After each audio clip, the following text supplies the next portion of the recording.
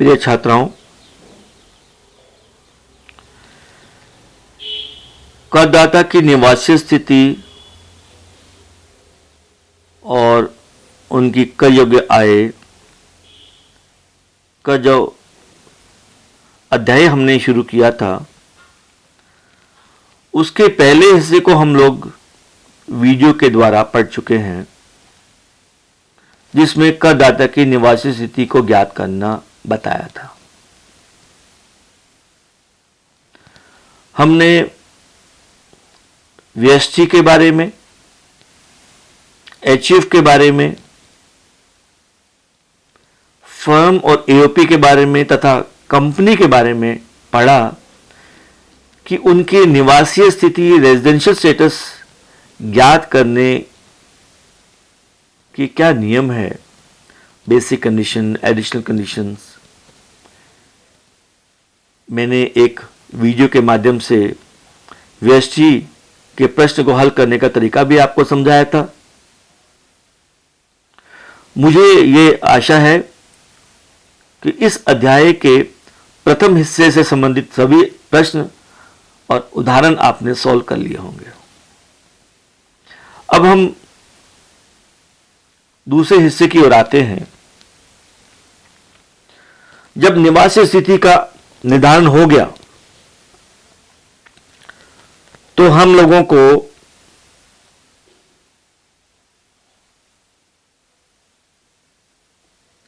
उसकी कर योग्य आय की गणना करनी है। इसका अभिप्राय है कि हम ये जानना चाहते हैं कि अगर वह निवासी होता है तो कौन सी आयों पर कर लगेगा, असदा निवासी होने पर क्या होगा और अनिवासी होने पर किस प्रकार की इनकम पर इंडिया में टैक्स लगेगा। हम जब कर योग्य आय की बात करते हैं तो हमारा उद्देश्य होना चाहिए गत वर्ष 2019-20 के दौरान भारत में कर योग्य आय ज्ञात करना।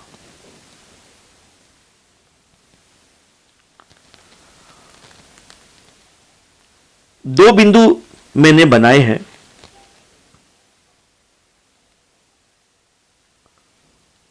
भारत में अर्जित होना, भारत में प्राप्त होना।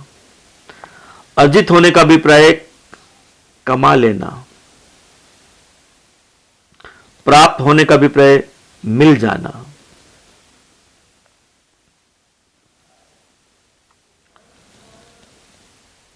मैंने कोई कार्य कर दिया, जैसे मैंने किसी को अपना मकान किराए पर दे दिया, तो मकान का किराया मैंने अर्जित कर लिया। मैंने महाविद्यालय में अध्ययन आज करवाया है, तो मेरा आज का वेतन अर्जित हो गया।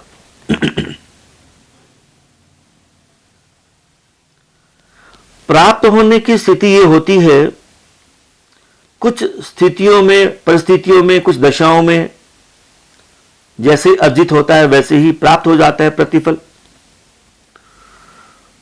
परंतु कुछ मामलों में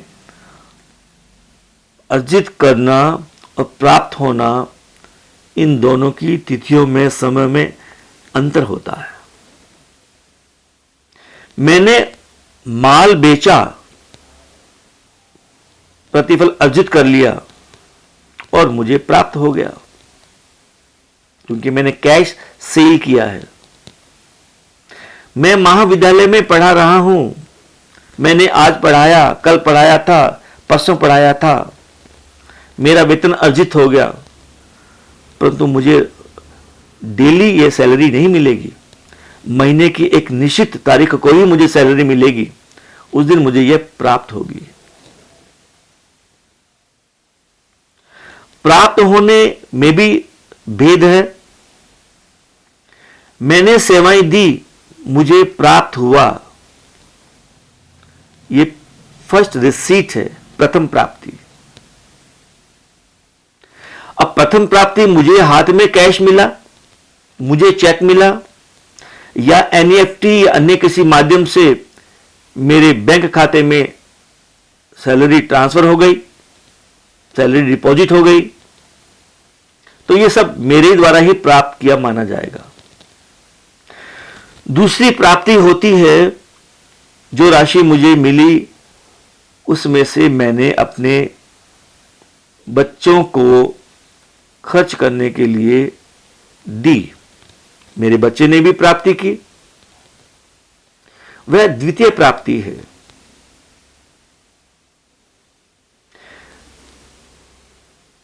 मुझे कैश मिला, सैलरी का, प्रथम प्राप्ति है। मैंने XYZ बैंक में जमा करवाया, बैंक में मेरी दूसरी प्राप्ति है। मेरे X बैंक में सैलरी जमा हुई, प्रथम प्राप्ति है। मेरे X बैंक से मेरे Y बैंक में सैलरी ट्रांसफर हो गई, ये मेरी दूसरी प्राप्ति है। हमें यहां अभिप्राय केवल प्रथम प्राप्ति से है, दूसरी प्राप्ति नहीं होती, दूसरा प्रेषण होता है, अंतरण होता है, ट्रांसफर होता है। अगर करदाता की किसी आय के अर्जन अथवा प्राप्त होना, ये दो घटनाएं हो गई, अर्जन होना, प्राप्त होना, इन दोनों में से कोई भी घटना 2019-20 के दौरान भारत में घटित होती है, यह भारत से बाहर घटित होती है, हमें प्रश्न पढ़कर इसे जानना होगा। अगर इन दोनों में से कोई भी एक घटना भारत में हो गई अथवा दोनों भारत में हो गई, तो प्रथम बिंदु के अंतर्गत यह आय कर योग्य हो जाएगी, चाहे वह निवासी हो, चाहे वह अनिवासी हो, चाहे वह अनिवासी हो। अगर दोनों घटना ही भारत से बाहर हैं, अर्जित भी भारत से बाहर, प्राप्त भी भारत बाहर, तो फिर 3 उप बिंदु के बारे में विचार करना होगा। जिस सोर्स से इनकम हो रही है, उसका मैनेजमेंट एंड कंट्रोल कहां से हो रहा है?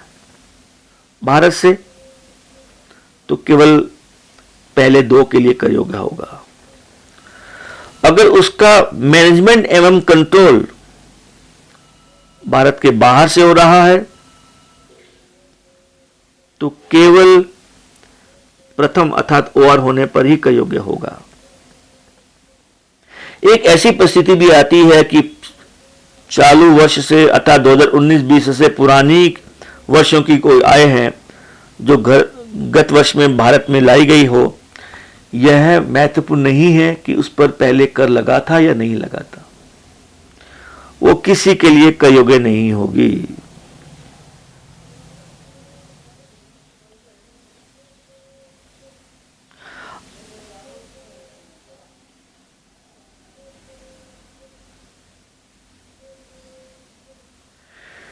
ये इंग्लिश में है।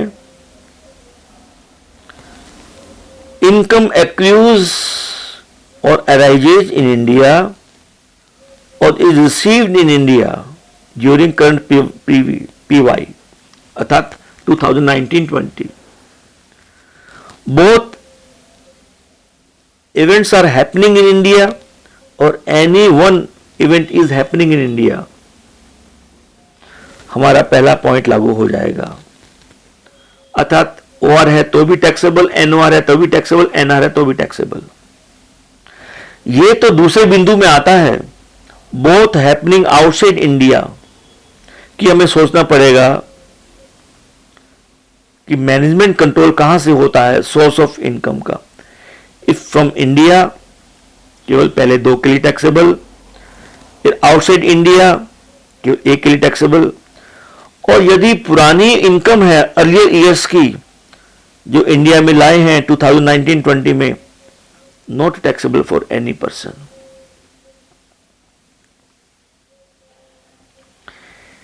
इनसे आप एक बात तो समझ पा रहे हैं कि